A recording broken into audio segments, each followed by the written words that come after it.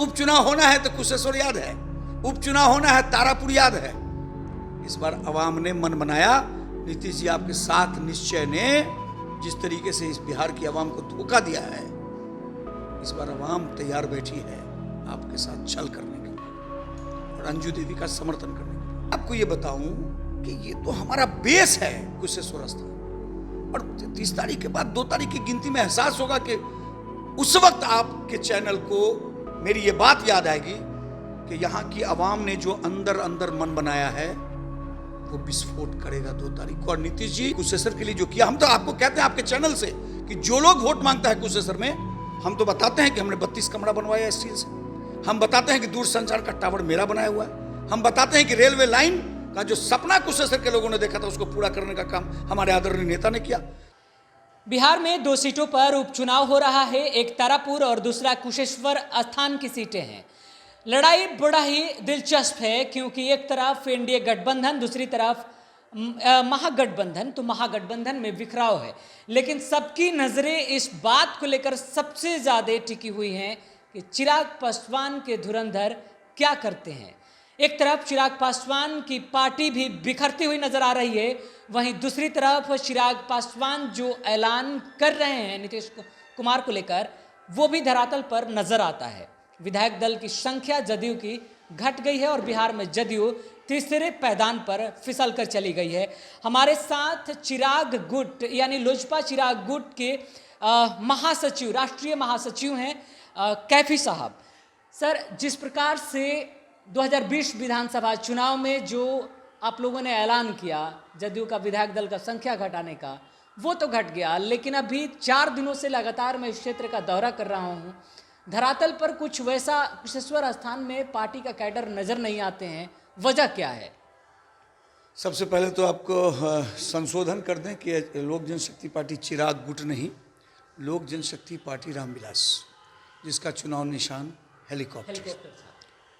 और आपने अगर कुशेश्वर स्थान का भ्रमण किया है तो उस भ्रमण में शायद जो मुख्य सड़कें हैं मात्र उस पर आप घूमे हैं। अभी कुशेश्वर के उस सुदूर इलाके में आप नहीं गए जहां आज भी नाव से जाना पड़ता है। और परेशान कौन है? हमारे कार्यकर्ता आपको दिख नहीं रही, आपने अभी कहा है। तो हाथ कंगन को आरसी क्या है, अब पढ़े लिखे के लिए फारसी क्या है। मात्र और मात्र 15 दिन के बाद यह एहसास हो जाएगा कि हमारे कार्यकर्ता अंदर से कितने मजबूत थे। कुशेश्वर के इस विधानसभा के इस उपचुनाव में यहाँ की जनता इन 17 वर्षों में नीतीश कुमार ने जो झूठे वादे का एक पुलिंदा दिया है बिहार को, सिर्फ और सिर्फ विकास, मैं विकास करूँगा, मैं विकास करता हूँ। कुशेश्वर में आपको दरभंगा से जब आप चलिएगा, जैसे दुनार गुमती क्रॉस करिएगा, उसके बाद आपको कुशेश्वर तक एक चमचमाती स्टेट वे की सड़क मिलेगी। लेकिन मैं भाई आपसे अनुरोध करता हूँ कि किसी दाएं बाएं सड़क पर आप उतर जाइए और आपको लगेगा कि नीतीश जी केवल बोलते हैं, ज़मीन पर कुछ नहीं। कुशेश्वर में विकास दिखेगा अगर आपको, तो आज मेरे नेता स्वर्गीय रामविलास पासवान के सपनों का कुशेश्वर आपको बड़ा खूबसूरत दिखेगा। दूरसंचार मेरे नेता ने लाने का काम किया। स्टील अथॉरिटी इंडिया में जब मिनिस्टर थे तो उस वक्त ये तो सैलानियों के लिए बहुत महत्वपूर्ण जगह है, और यहाँ उन्होंने 32 कमरे का वो भवन निर्माण कराया जिसमें उनका मकसद था कि जो सैलानी बाहर से आए उनको बहुत आराम के साथ यहाँ भगवान का दर्शन करने को, शिव का दर्शन करने को मिले। क्या है नीतीश जी, आपके पदाधिकारियों ने क्या किया? आपके पदाधिकारियों ने, किसी ने उसको अस्पताल का इस्तेमाल कर लिया, किसी ने उसको मतलब अंचल के कोई पदाधिकारी बैठे हैं, जो बची जगह उसको थाना के कुछ बड़े स्टाफ लोग कब्जा किए हुए हैं।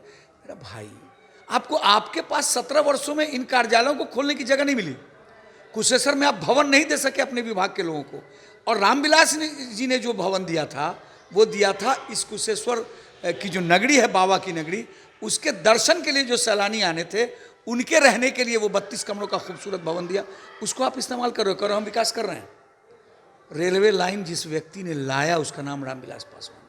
दूरसंचार का बड़ा टावर यहाँ लगा, उस व्यक्ति का नाम रामविलास पासवान। नीतीश जी के लोग, जिसका ननिहाल है उस व्यक्ति का नाम भी रामविलास पासवान। पासवान है। अब बताइए मित्र, मैं आपसे एक बात कहूँ, 17-18 मिनिस्टर घूम रहे हैं।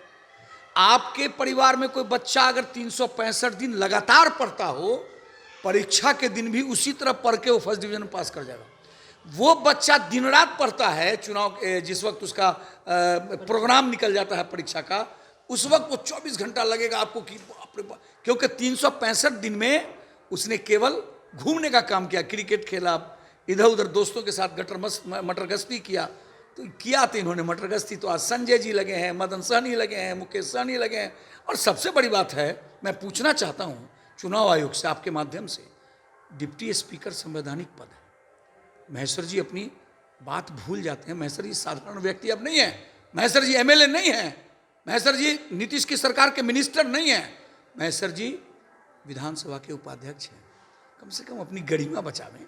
और डोर टू डोर जाने से यह एहसास हो रहा है कि अंजू देवी ने जो इंटरनल तैयारी कर रखी है, हम हर वर्ग में हैं। हम नहीं कहते कि कुर्मी वोट मेरा है, हम कहते रामविलास का वो समर्थक वर्ग जिसने रामविलास के साथ 50 साल राजनीति की। न वो कोई दलित है, न कोई मुसलमान है, न कोई अगरा है, न पिछड़ा है। हर जात में रामविलास पासवान का समर्थक आज भी मौजूद है, और वो समर्थक अंदरूनी अपनी तैयारी में है। 30 तारीख को वोट करेगा और नीतीश जी की यहाँ से उल्टी गिनती शुरू होगी। और मैं आपको बताऊं कि मेरी पार्टी चिराग पासवान, जिसने तीसरे नंबर पर धकेला, और इतिहास साक्षी है कि उपचुनाव में इनको हम पटकते हैं। वारिसनगर, आप वारिसनगर याद होगा, वारिसनगर में भी हमने इनको पटकनी दी थी।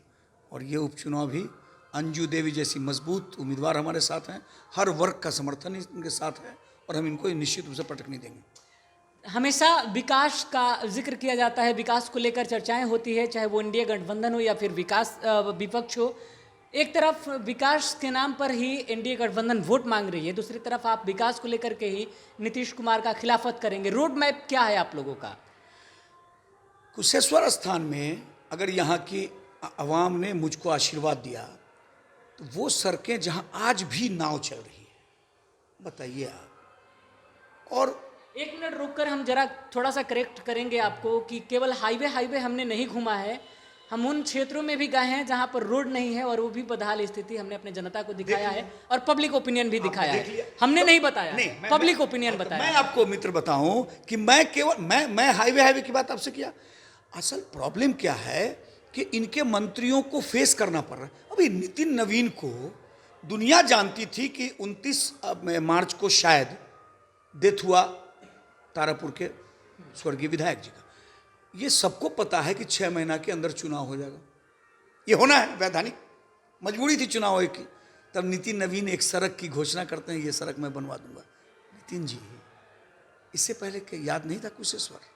उपचुनाव होना है तो कुशेश्वर याद है, उपचुनाव होना है तारापुर याद है।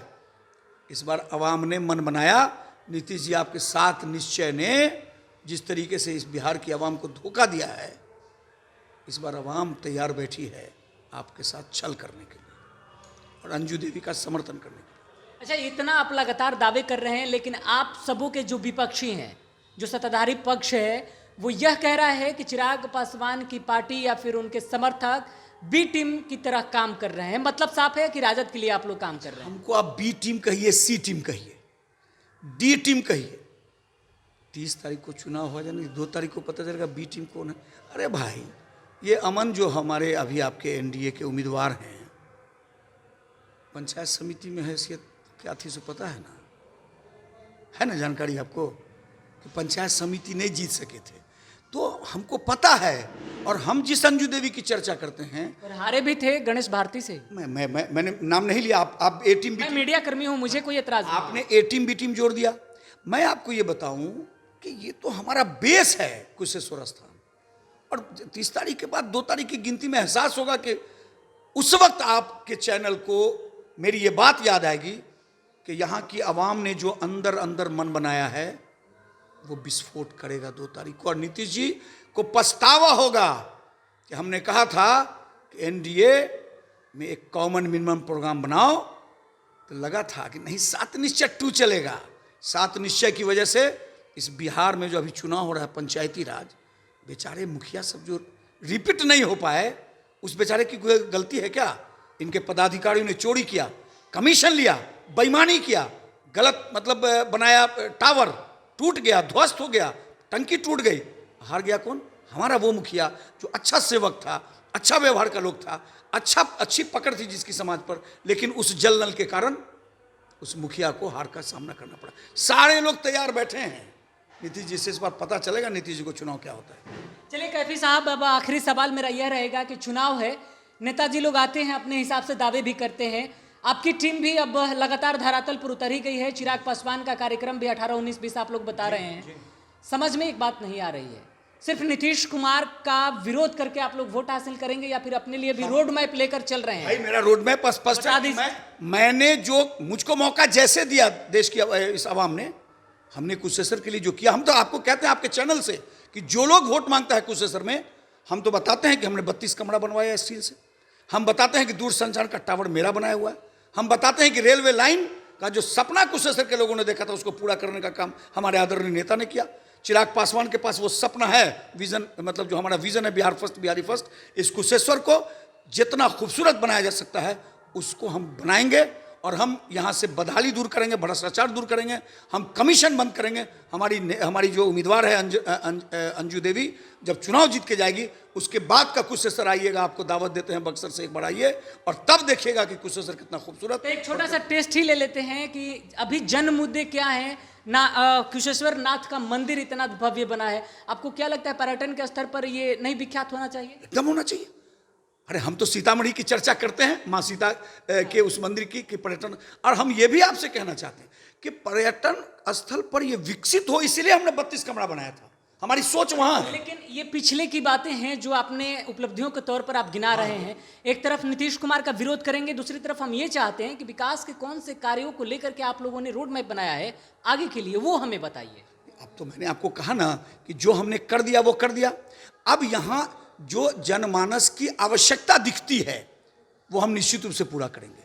अब जैसे आपने पूछा कि दूसरा क्या होगा, तो अब दूसरा जो यहाँ की आवाम चाहेगी हम वो काम करने को तैयार बैठे, निश्चित रूप से। ये जनता के ऊपर है, जनता की जो जरूरतें हैं उनकी जो प्राथमिकताएं हैं वो हमारी प्राथमिकता होगी। हम अपनी प्राथमिकता कुशेश्वर स्थान की आवाम पर नहीं लादना चाहेंगे। हम चाहेंगे कि अंजू देवी एक बेटी की तरह, यहाँ की पुतोह की तरह जनमानस में सेवा करके उसके जो यहाँ की आवाम की जो अपेक्षाएं हैं वो पूरा करने के लिए अंजू देवी के साथ उस वक्त तक खड़ा रहूँगा जब तक अंजू देवी यहाँ के सपनों को साकार नहीं करेगी। चलिए, हमारे साथ जुड़ने के लिए आपका बहुत बहुत धन्यवाद सर। बहुत बहुत शुक्रिया, थैंक यू। जिस प्रकार से लगातार नेताजी लोग आते हैं और पहले से रोड मैप का मतलब साफ साफ है कि क्या इस बार आप वादे करेंगे, लेकिन चिराग पासवान की पार्टी कुछ अलग हटकर करने जरूर जा रही है।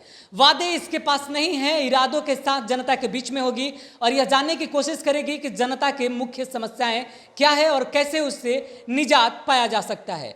फिलहाल हमारे साथ जुड़ने के लिए आप सभी का बहुत बहुत धन्यवाद। लगातार कुशेश्वर स्थान से जनता का मूड यानी कि पब्लिक ओपिनियन हम आप तक पहुंचाते रहेंगे। आप भी जरा तय कर लीजिए कि कौन सा प्रत्याशी सबसे बेहतर है और कौन आपके क्षेत्र का विकास कर सकता है। शिक्षा, स्वास्थ्य और साथ ही साथ रोड, रास्ते कौन बनाकर आपको दे सकता है। बाढ़ से निजात दिलाना सरकार के हाथ और सरकार के बस में फिलहाल नजर नहीं लगता, वो बात अलग है। संजय झा जी ने जरूर यह स्पष्ट कर दिया है कि अगले साल अक्टूबर तक बाढ़ से निजात इस क्षेत्र की जनता को दिला दिया जाएगा और इस बात को हर वीडियो में मैं इसी वजह से जिक्र कर रहा हूं कि अगर उनका बयान है, उनका इंटरव्यू आपने नहीं देखा है तो जाइए हमारे चैनल पर एक बार देख लीजिए और अगर अभी तक आपने हमारे चैनल को सब्सक्राइब नहीं किया है तो जरूर करें। अगली खबर के लिए हम आप तक बने रहें हमारे साथ। नमस्कार। Subscribe now and press the bell icon. Never miss an update.